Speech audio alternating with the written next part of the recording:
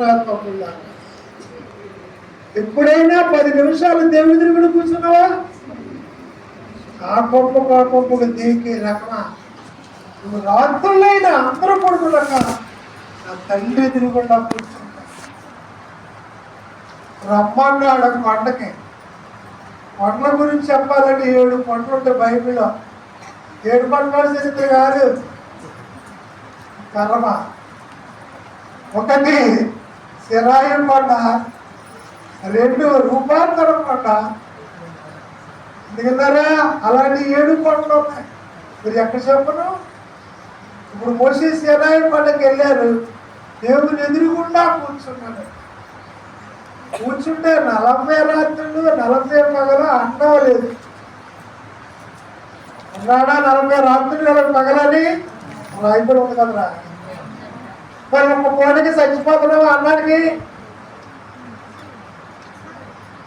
అప్పుడు దైవజనుడు అన్నారు, కొండ మీద అన్ని రోజులు ఉన్నా చావలేదు, అన్నం లేదు, దాహం లేదు మోసే కంటే మా ఇల్లులో కూర్చున్న వారికి ఆకలి ఎప్పుడు ఉండవు.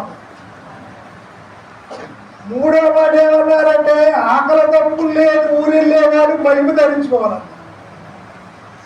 ఎవరు ఆకలి తప్పుక లేని ఊరది, భార్యాభర్తలు లేని ఊరది, ఇంట్లో చెరువులు లేని ఊరది, పొద్దున సాయంకాలం 10 దిక్కునే రోజు ఇది, అసలు 10కే లెక్కలు లేని రోజు అది.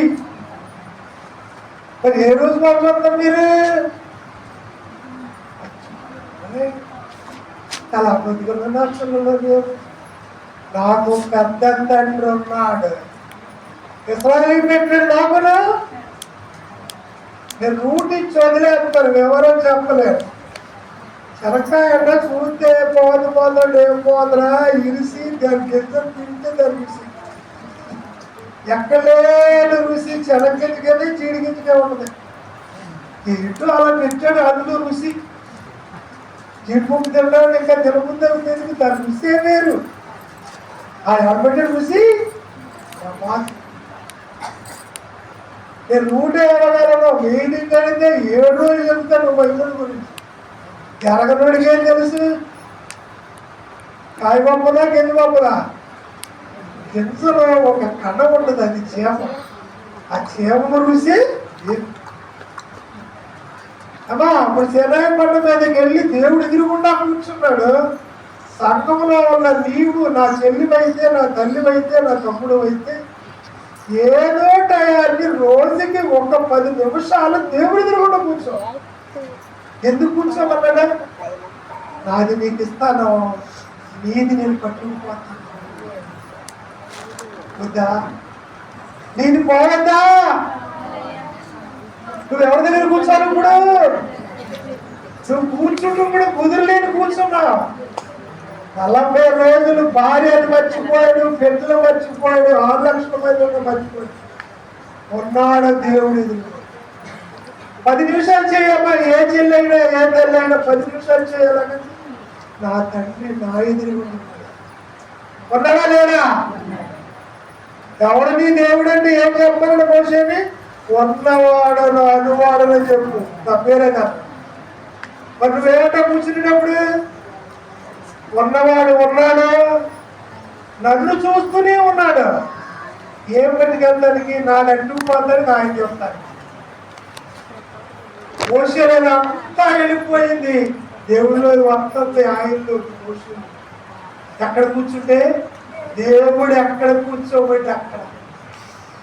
అందరిళ్ళకి దేకి నెత్తికుండా కూర్చోబెట్టేసిన మనుషులారా, దేవుని దగ్గర కూర్చోండి. పాపం లేనివాడు ఆయన ఇక్కడ.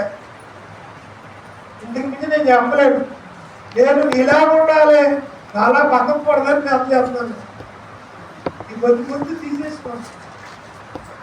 ఇది కావాలంటే ఉంచుకో, రోజుకోండి. పిచ్చి కుక్కనే. నీకేమైనా నష్టం ఏమొచ్చిందా? చాలు, నేను దాని కూడా చెప్పలేదు. మరి టైం లేదు కనుక మత్తయి శుభవార్త 17వ అధ్యాయము 17 2వ వచనము. ముఖము సూర్యుని వలె ప్రకాశించెను. అక్కడ యేసు ప్రభు ముఖాన్ని చూస్తారండి. ఎవరెవరో? పేతురు, యోహాను, యాకోబు. ఒక కొండకి వెళ్ళి యేసు ప్రభు ముసుగుని తీసుకుని ఆ కొండ మీద ఈయన కూర్చున్నారు. యేసు ప్రభు ముఖం ఎలా ఉందమ్మా? సూర్యుడు వలె ఉంది. దైవజనుడు అన్నారు, సూర్య నమస్కారం చేస్తూ సూర్యుడు చేసినోడు ఒకడు ఉన్నాడు, ఆడికి నమస్కారం ఎక్కువ అన్నారు. ఎందుకంటే సూర్య నమస్కారం వలన సూర్యుడికి దండం చేసేవాడికి రేపు సూర్యుడి వల్ల శ్రమ అన్నారు. సూర్యుడి వల్ల శ్రమ అంటే ఎందుకంటే నన్ను ఎందుకురా దండం పెడతా, నన్ను నిన్ను చేసినోడు దండం పెట్టి అంటారు సూర్యుడు. సత్యమేది అది ఏంటంటే ఎవరో జరుగుతుంది అన్నారు. బిందెడంత పట్టుకొచ్చాను, గిల్లంత వండించడం నేను సరిగ్గా మీ ఎత్తడం సరిగా ఉంచుకోండి. మీ ఆత్మ జీవితం ఇలా పరిస్థితి ఇస్తకైతే ఏమైనా కనపడుతుంది. మామూలు జీవితంగా ఊగులాడుతూ ఉంటే కనపడదు. చక్కగా పరచబడిన ఆత్మ జీవితంలో పోయబడింది. మొత్తం ఎలా పోతామా? తర్వాత ఆయన వస్త్రములు వెలుగు వలె తెల్లని వాయెను. ఇప్పుడు దైవజనుడు అన్నారు, నీతిమంతులకి 7 ఏళ్ల శ్రమలో మిగిలిపోయిన భక్తులకి సూర్యుడు ఉండడు, చంద్రుడు ఉండడు. కానీ నీతిమంతులకట నీతి సూర్యుడు ఉంటాడు. ఈ సూర్యుడు ముఖం ఎలాగ ఉంది? తేజస్సు. ఆయన వస్త్రం ఎలాగ ఉంది? తెల్లగా. ఆ తెల్లని వస్త్రమే మహిమ. నువ్వు ఎన్ని బట్టలు వేసుకుని చచ్చిపోతావా సావా? ఎవడో మాట్లాడతలేదు. మా అమ్మ పుట్టినప్పటి నుంచి కడుతుంది, చచ్చిపోయినాక కూడా కడుతుంది, నేను కట్టుకుంటాను. దిగపురుడిగా చచ్చిపోతాను అనుకోండి, కరెక్ట్ మాట. ఈ తెల్లని వస్త్రము మహిమ. మహిమ వస్త్రం ఉంటే మరణం ఉండదు. ఆదాముకి మరణం వచ్చింది, రెండవ ఆదాము మరణాన్ని మార్చాడు. అతను ఆయనే రజనీయుడైన మరణాన్ని తాగాడు, జీవాన్ని ఇచ్చాడు. చిరిగిపోయే గుడ్లు కట్టుకునే నీకు తెల్లని వస్త్రం ఇచ్చాడు. అక్కడ దైవజనుడు మాట్లాడుతూ, విక్టోరియా మహారాణి గారే నేను నా స్వప్నంలో చూశాను అన్నారు దైవజనుడు. ఇలా స్వప్నం వస్తేనట ఆ విక్టోరియా మహారాణి గారు 2వ రాకడ వస్త్రం వేసుకొచ్చిందట అయ్యగారి దగ్గర. ఆ పాలు ఎంత ధన్యురాలివే అన్నారు. అంటే భూమి మీద ఉండగానే ఏం ధరించారు? రాకడకి వెళ్ళే వస్త్రం. అమ్మా అక్కడ చెప్పాలంటే తినడు బాగా. అక్కడికి ఎవరు వచ్చారు? ఏలియా.